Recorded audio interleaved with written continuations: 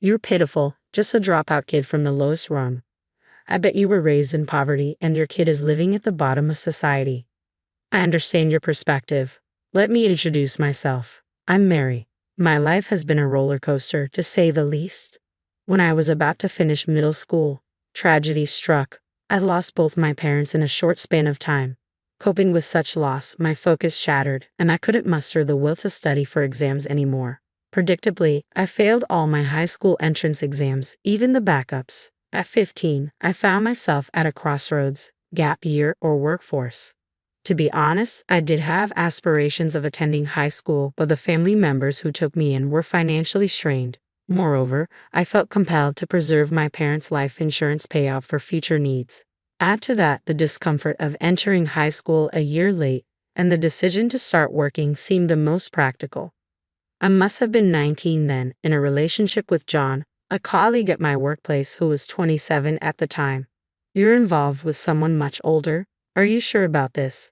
A man pursuing the 19-year-old, can he truly be responsible? My aunt, a relative, expressed her concern, but youthful and headstrong, I disregarded her advice. John is wonderful. Sure, there's an age gap, but 8 years isn't uncommon, right? Well, if it were 25 and 33, perhaps, but 19 and 27 is quite a difference. What's the difference? Quit talking down about him. With that sentiment in mind, we tied the knot when I turned 20. A few months later, I discovered I was pregnant. Initially, I was overjoyed, but it was short-lived. When I broke the news to John, his response shattered me. What? You're planning to keep it? Seriously? No chance. I can't handle having a child with a dropout. Why should I be burdened with raising a kid who'll end up like you? Why would you say such hurtful things? You knew about my dropout status before we got married, didn't you? Yeah, I suppose, but no, it won't work out. I mean, having a child with a dropout, the child will turn out odd, right? I don't want to raise a kid like that. I also want more freedom. John's words stung, and soon he began avoiding me both at home and at work, pressing for a divorce. Over time, my feelings for him waned and I eventually consented to the split. However, my job at the time, within a small company, lacked any provision for maternity or paternity leave, leaving me no option but to resign concurrently with the divorce. With the support of my relatives and what remained of my parents' life insurance, I safely delivered my son Jacob, pouring all my love into raising him. Despite the financial strain, I remained healthy after childbirth, juggling multiple part-time jobs to make ends meet. By the time Jacob entered elementary school, I secured a full-time position, granting both financial stability and emotional bandwidth. Now, 2 decades have elapsed since those trying times. These days, Jacob and I even indulge in leisurely outings together. Hey, are you perhaps married? Suddenly, a familiar voice pierced through the air, a voice I had hoped to erase from memory. It belonged to John, my ex-husband, the man who deserted me during my pregnancy 2 decades ago. I thought it might be you, Mary. So, what brings you to a department store on your day off? Seems a bit upscale for you, John remarked, a smirk playing on his lips. Jacob, likely bewildered by the unexpected encounter, stood quietly, his expression troubled. I figured he might be your new beau, but he looks rather young, doesn't he? Ah, is this the kid from all those years ago? Ah, it's a boy. Well, it's none of my concern anyway, John continued. Indeed, you and I have long parted ways, John. Why are you even speaking to me? Don't be so bitter, Mary. Remember, we used to be deeply in love. Seems like you've turned into quite the cold-hearted woman, haven't you? John's grin held a hint of mockery, as if the past held no significance to him. Then, he uttered something utterly audacious. By the way, is he also a dropout? What? What are you implying? I retorted, taken aback by his insensitivity. Well, I mean, like mother, like son, right? If you dropped out, it's only logical that he would too, isn't it? John's words dripped with disdain. Enough. Stop with your hurtful comments, I snapped, unable to tolerate his callousness any longer. Ah, but he's got my genes, so he must have at least graduated high school, right? Although, in today's world, even with a diploma, you're still scraping the bottom of the barrel, John boasted, dropping the name of a renowned multinational corporation, the kind often plastered across TV screens. Surely, you've heard of this company, Mary. I'm a department head in a major corporation now. I guess you could say I'm part of the elite, he declared. And what would the elite want with someone like me? Are you daft? Do you honestly think I have any interest in someone as ignorant and destitute as you? I only spoke to you out of nostalgia. Frankly, you're nothing but a bother, I shot back, my patience wearing thin. Don't say that, John protested weakly. That's why you'll never achieve anything significant. Ever since you entered my life, my fortunes have changed for the better. I was recruited by a prestigious corporation, and my career has been skyrocketing ever since. Life is certainly smoother without someone like you bringing bad luck. So, I'm a bad omen to you, John. If that's the case, perhaps it's best if you refrain from contacting me altogether. No, sometimes I'd just like to glance at the bottom of the barrel to remind myself of how fortunate I am. You see, in my workplace, there's no one quite like you, not even among the lowest ranked employees. But it's true what they say about poverty. It's like a vortex, pulling you down no matter what. Is that all you wanted to say? We're pressed for time, I interjected, urging John to get to the point. Just a moment, let me have a word with my son, John replied casually, placing a hand on Jacob's shoulder with a self-satisfied grin. Then, with a smile still lingering on his face, he addressed Jacob. Life may be tough for you too, but it is what it is. Blame your mother for her poverty and lack of education. If you're looking for someone to resent, point it towards her for having you straight out of middle school. John's expression radiated satisfaction as he glanced around. John, what's taking so long? The restroom was crowded, I inquired, wondering why he was lingering. Oh, I just bumped into someone from the past, John replied casually, as if nothing significant had occurred. At that moment, his wife or girlfriend joined him, a striking woman who seemed intimately connected to John. Can you believe it?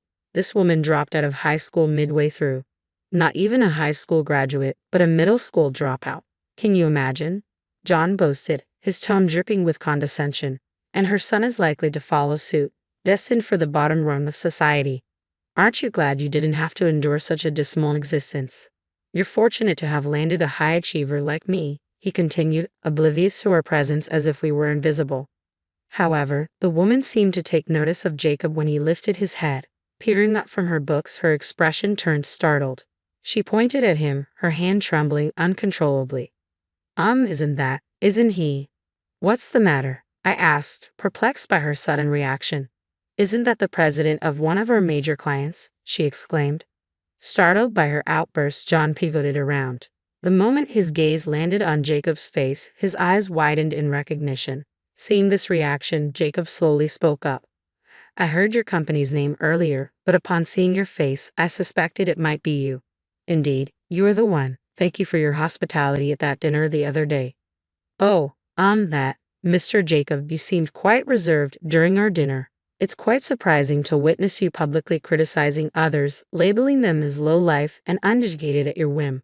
Quite impolite of you, isn't it? The woman Lily remarked with a touch of reproach. No, that's... Lily, why didn't you inform me? John interjected, his tone tinged with frustration. I couldn't get a good look at him. Plus, I work in a different department. I can't possibly remember all the clients' faces. Lily defended herself, her voice tinged with apprehension. Useless. What did you just say? John snapped, the tension between him and Lily escalating rapidly. However, Jacob remained unfazed by their argument and spoke up calmly. Well, I'm not particularly interested in your quarrel. I now have a clear understanding of the director's usual approach. We were in talks about implementing our system in your company, but let's abandon that idea. No, please wait, this is all just a misunderstanding, Jacob interjected, his voice tinged with urgency. Misunderstanding? How is it a misunderstanding when you publicly insulted me? John retorted, his tone laced with indignation. Well, you see, Jacob faltered, struggling to find the right words to explain himself. Mary, this is your fault, John interjected suddenly, redirecting the blame. What? How is this my fault? Mary questioned, bewildered by John's accusation. Because, why on earth would someone like you, a high school dropout, be with Mr. Jacob? Do you even realize who he is? He founded a business while still in college and holds numerous patents. The system he developed is so advanced that major companies are vying to adopt it, John explained, his voice dripping with condescension. Is that so? And why are you with him when you didn't even know that? Mary countered, her tone tinged with skepticism. I'm not quite sure. I don't typically discuss work matters with my son, John replied hesitantly. Your son? Mary echoed, her tone reflecting surprise. Yes, that's correct. Pleased to make your acquaintance. I am Jacob, the prodigy, son of the high school dropout. Jacob interjected confidently. Well, that's, John stammered, caught off guard by Jacob's assertion. It seems you have something on your mind regarding my mother. Please feel free to express yourself. We likely won't have another chance to converse, Jacob encouraged, his tone composed. Oh, well, what's the situation here? How come someone like you? Why is someone like Jacob's mother, a high school dropout? John stumbled over his words, struggling to articulate his thoughts. John faltered, taken aback by Jacob's unexpected interjection. He appeared torn, as if he wanted to retort but found himself at a loss for words. His gaze shifted uneasily between Mary and Jacob. From my earliest memories, my mother instilled in me a wealth of knowledge. Despite her lack of formal education beyond middle school, she delved into countless books and shared their wisdom with me, Jacob continued, his voice steady and composed.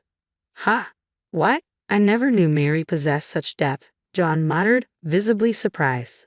But there was one subject my mother remained silent on, the criticisms of my father, who abandoned us during her pregnancy. I've harbored resentment towards my father for as long as I can remember, but my mother always insisted it was her own naivety that led to our struggles.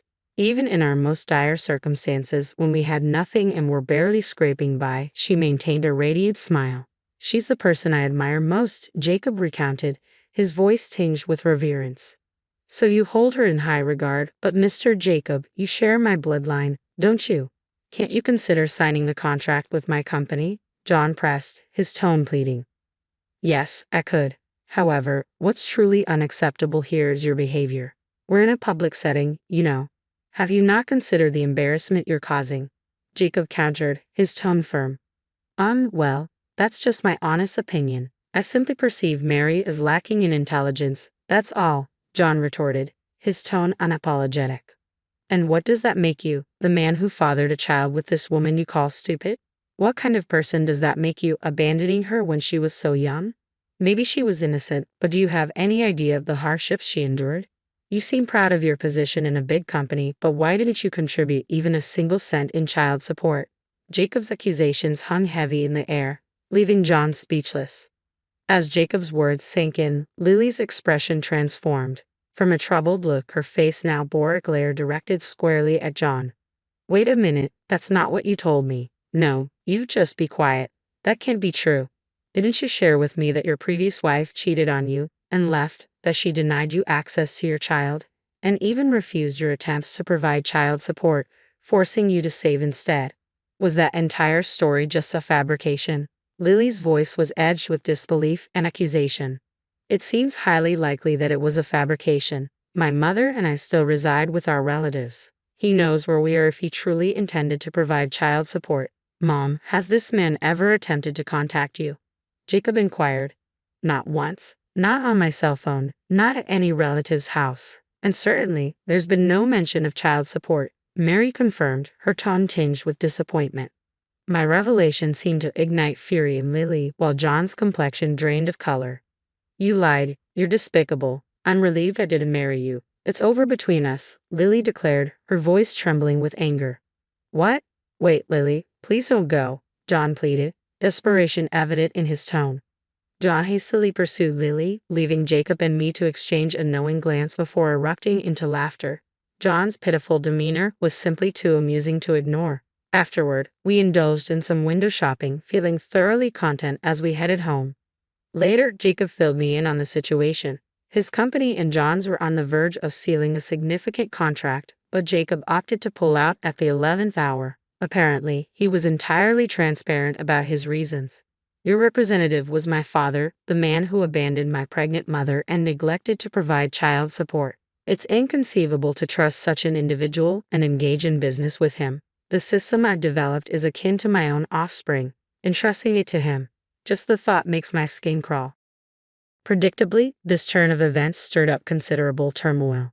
Allegedly, the company penalized John by demoting him and sidelining his role. It appears they're hoping to coax Jacob into reconsidering the contracts by making an example of John. From Jacob's perspective, it seems he might entertain the idea if they slash John's bonus. Undoubtedly, John is about to face some challenging times, but perhaps it's what he deserves, isn't it? At 48, he only has to weather another 12 years until retirement. My mom endured much harsher circumstances for far longer. When you put it into perspective, this isn't all that tough. Jacob's expression was one of genuine anger as he voiced these sentiments. I empathize with his emotions, so I have no intention of intervening. In his desperation, John has sought refuge at our relative's home. With a deep bow at the entrance, he pleads desperately. I'm deeply sorry for what I did in the past. I lied about providing child support, but I do have savings now. I'm willing to offer Jacob the equivalent of child support as a gift while I'm alive. I'll even compensate Mary if necessary. Please reconsider, John implored. However, Jacob refused to entertain such propositions. Turning to John, he stated firmly, I have no interest in your savings now. Our hardships belong to the past. You didn't support us then, and now you only seek to save yourself. That's unacceptable. I apologize. I was young and foolish. Please forgive me, John pleaded, his voice tinged with remorse. Those who genuinely regret their actions wouldn't dangle compensation as a bargaining chip. Your selfishness knows no bounds. Please leave. If you return to this house, I won't hesitate to involve the authorities. Wouldn't that further jeopardize your position at the company?